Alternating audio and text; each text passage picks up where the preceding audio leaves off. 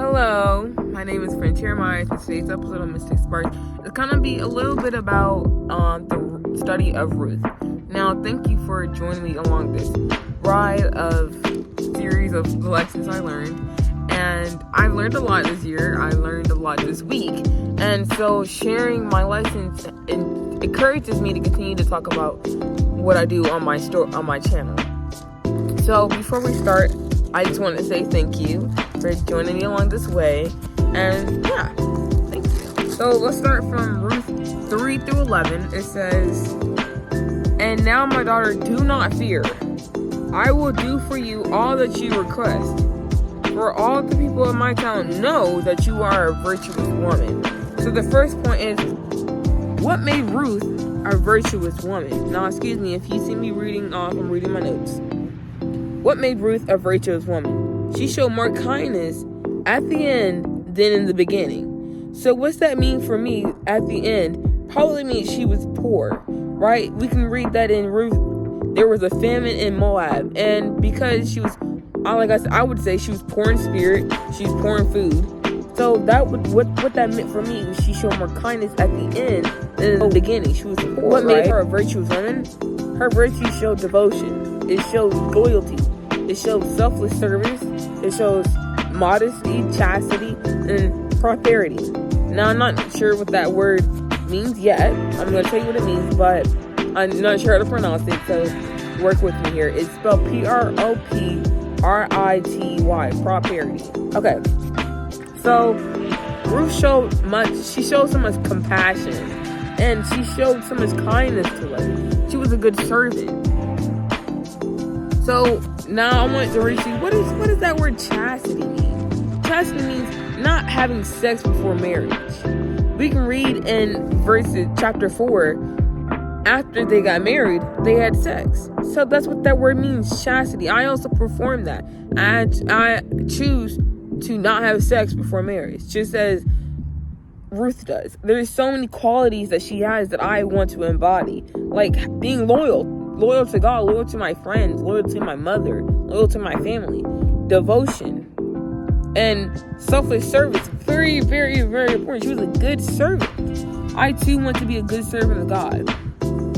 So we can read from Ruth 1 through 14. That will be the next point. What made Ruth follow Naomi?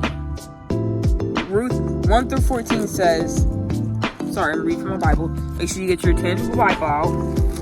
Ruth 1 through 14, it says, Then they lifted up their voices.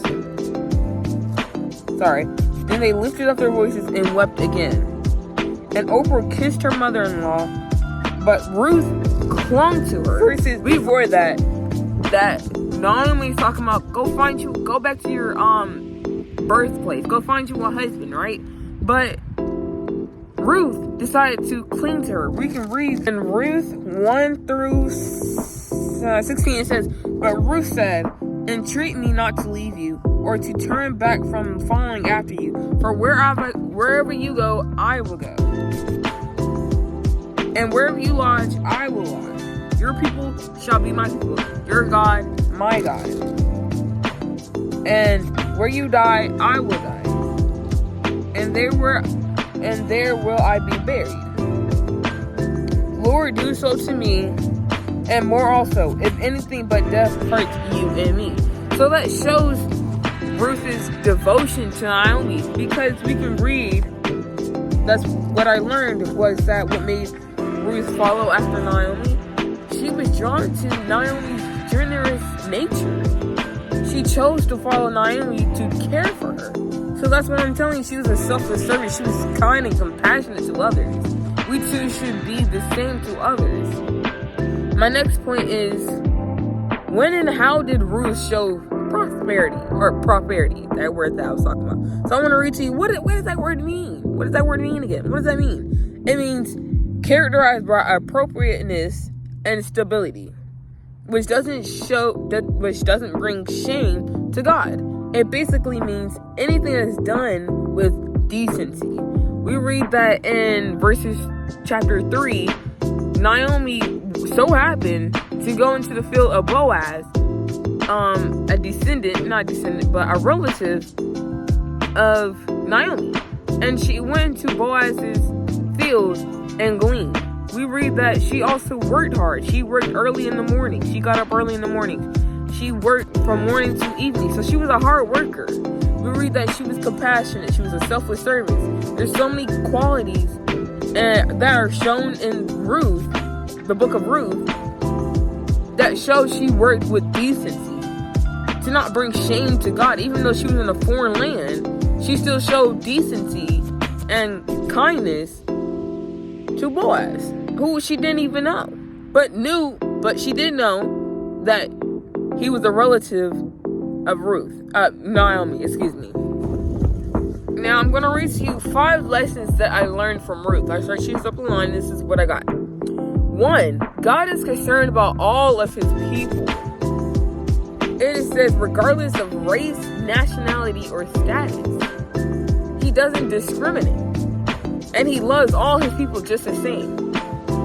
And that shows God's compassion as well to his people, because he doesn't discriminate. He doesn't show favoritism to one and the other. I also learned, the second point was, men and women are both equally important to God. We're all one in his eyes. There is no difference in his eyes. So, just like in marriage, where the man takes up a wife in one accord, they're in one accord, we too are in one accord in God's eyes. We are made in the image of God, who's in one accord as well. So we too are made in one accord. Point number 3, what I learned. There is no such thing as an unimportant person in God's eyes. He sees us all as important. God saw Ruth as important. And his plan for her life culminated and becoming a part of God's lineage. She was seen as unimportant in man's perspective, but was deemed important in God's plan. So that's what I want to talk about. And point number 4, what I learned. God uses little things to accomplish great plans. God had a plan for a series of little things that added up to important pieces in God's bigger plan. That is what happened in Ruth. We see that even after Ruth's husband and Oprah's husband died, there was still a bigger plan for Ruth in her life, and especially in Naomi's life. And we can see that she went from Moab, the house of bread, to Judea, darkness. So, just like Naomi, we can travel to find happiness, or think things are going to be better in a different place, or have this travel with us. So, she was traumatic. Well, she went through a traumatic death, yes. And so she thought God was inflicting pain on her, judgment on her, but that's not true. God's not against us, he's for us. So that's what I learned in 5. So 5 lessons that I learned. 5 is God has a redeemer in place who can rescue us from devastation of our own sins. His name is Jesus. Very important, guys. His name is Jesus. Boaz represented a type of prophetic symbol just like Jesus. So let me simple it down for you guys, okay? We are empty when we sin, devastated spiritually, but Jesus is willing to redeem us. We read in Romans 10 through 13, it says, "For whoever calls on the name of the Lord shall be saved." All we have to do is call on his name in faith. What does that mean? To open our hearts to him. All we have to do is open our hearts to him, call out his name, ask him to save us, and like I said, we shall be saved. So overall, what I learned in Ruth, God weaves together together obedience of all his people to bring about his redemptive purpose in the world. Now, it reads in the Bible of Ruth, that God's name is never mentioned. It might say the Lord this, the Lord that, but it's never directly mentioned. His name is not directly mentioned, right? But it so happened that Boaz was a relative of Naomi. It so happened that Ruth went into Boaz's field. It so happened that they got married. It so happened that Obed's name means servant of God. It so happened that we can read in verses 4 through 18. Now, this is the genealogy of Perez. Oh, well, hold on. Let's start from 17. Also, the neighbor woman gave him a name, saying, there is a son born to Naomi, and they shall call him Obed. He is the father of Jesse, the father of David. This is the genealogy of Perez. Perez begot Hezron. Hezron begot Ram. Ram begot Amminadab. Amminadab begot Nahshon. And Nahshon begot Salmon. Salmon begot Boaz, and Boaz begot Obed. Obed begot Jesse, and Jesse begot David. That is the genealogy of Jesus. We see that God's plan for Ruth's life so happened to line up so direct to fall into the line of his bigger plan in her life.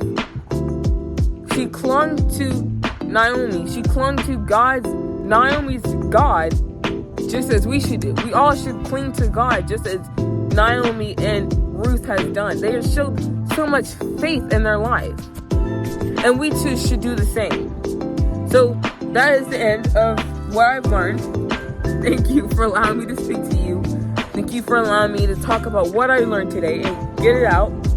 Because I learned a lot today. I want to talk about the fast that I did for 3 days. It was an Esther fast, and yes, I did not necessarily fail it, but I fasted for a day, and I wasn't able to fast yesterday because it was messing up my health. I had a lot of migraines, headaches, and so I had to break the fast.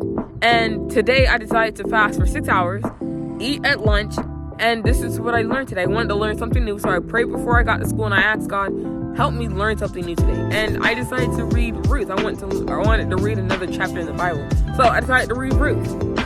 4 verses, small just like Esther, and it preaches so much to us. So we too should embody who Esther is. We too should cling to God, just as Ruth clung to Naomi. This is the end of this episode, and God loves you, and so do I.